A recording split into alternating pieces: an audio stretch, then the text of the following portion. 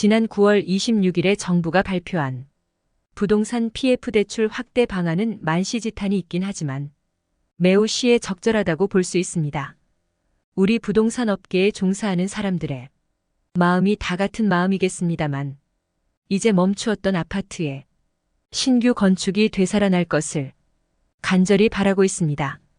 여러분 안녕하셨습니까? 오늘은 제가 대전 부동산 시장, 특히 아파트 수급 현황을 살펴보고 장기적인 측면에서 시장을 한번 분석해 볼게요. 좀 시간이 지나긴 했습니다만은 대전시에서는 10년 주기로 주거 종합계획을 수립하고 정책 대안을 내놓고 있습니다. 솔직히 이는 대전시 공무원들의 스마트한 정책 대안이다라고 보다는 주거 기본법에 10년 주기로 각 지자체는 주거 종합계획을 수립하도록 법으로 명시되어 있습니다.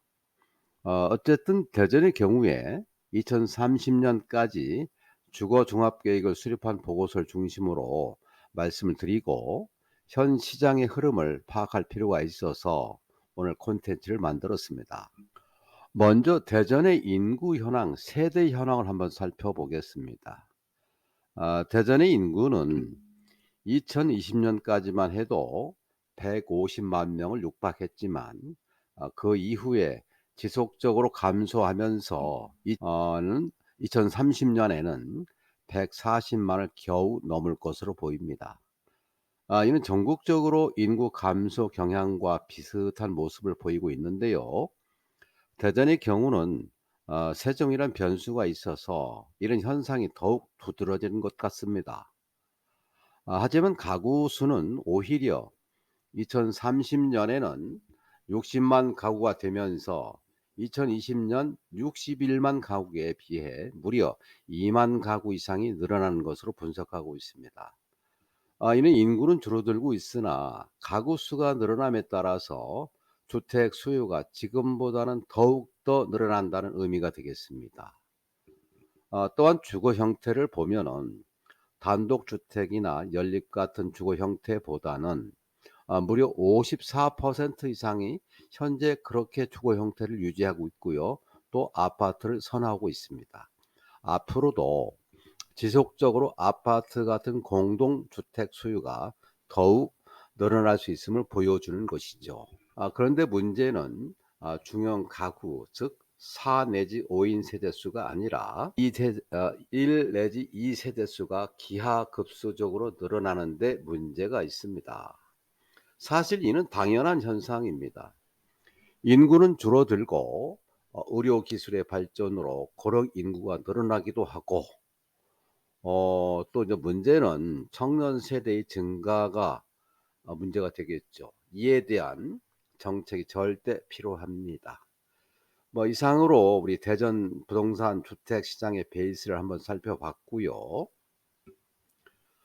공식적으로 2030년까지 대전의 주택은 대략 13만 호 정도가 필요하다고 예측하고 있습니다.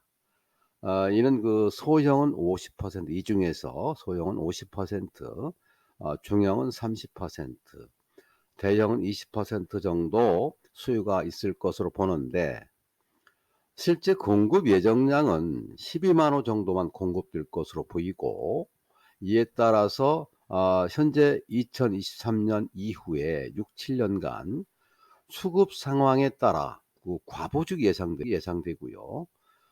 그래서 여전히 주택난은 없어지지 않을 것이다 이렇게 보고 있습니다.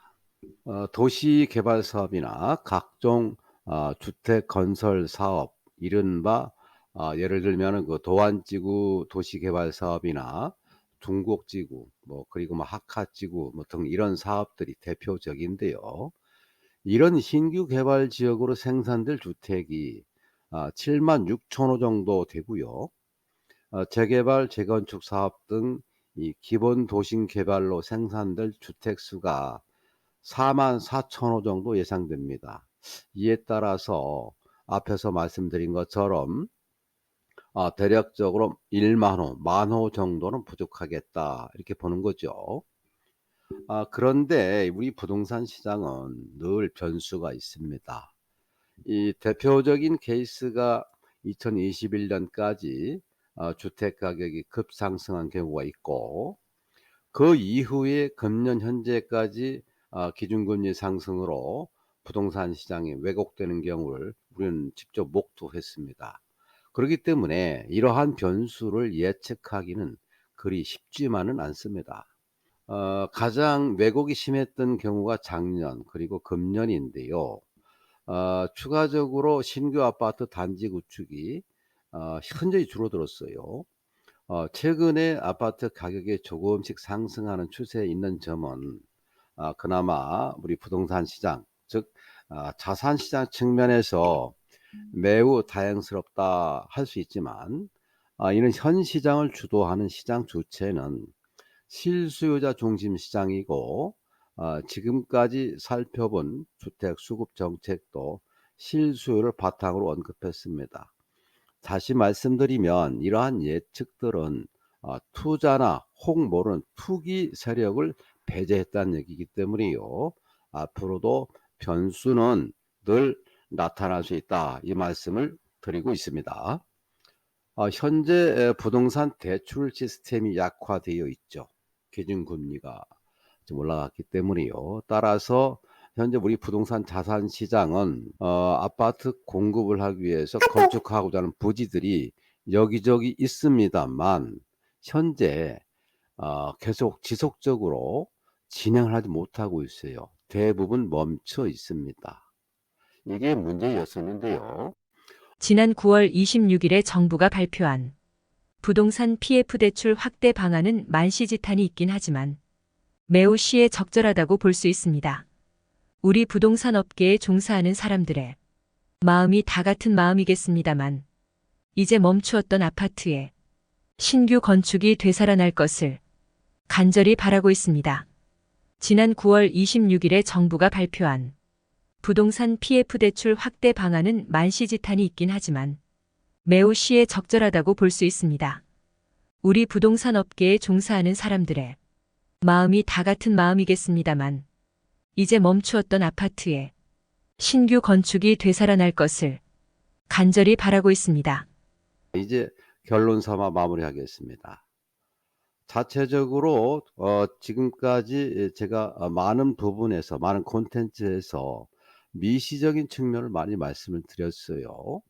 그런데 우리 자산 시장은 때로는 거시적 관점에서 부동산 시장을 볼 필요가 있고, 그에 따라서 오늘 제가 제작한 콘텐츠는 전반적으로 비교적 거시적 관점에서 우리 대전 부동산 시장을 분석해 봤습니다. 특히 우리 자산 시장은 미시적인 측면도 매우 중요하지만, 먼저 숲을 보는 자세는 그보다 더 중요하다고 볼 수 있습니다. 그리고 그 숲에서 노른자인 진짜 나무를 발견하시는 지혜가 필요하다고 보고 있어요. 지금까지 시청해 주신 구독자 여러분께 감사드리고요. 이어지는 추석 연휴에도 자산시장을 지켜봐 주시기 바랍니다. 감사드립니다. 구독, 좋아요, 알람 꼭 부탁드리겠습니다. 안녕히 계십시오.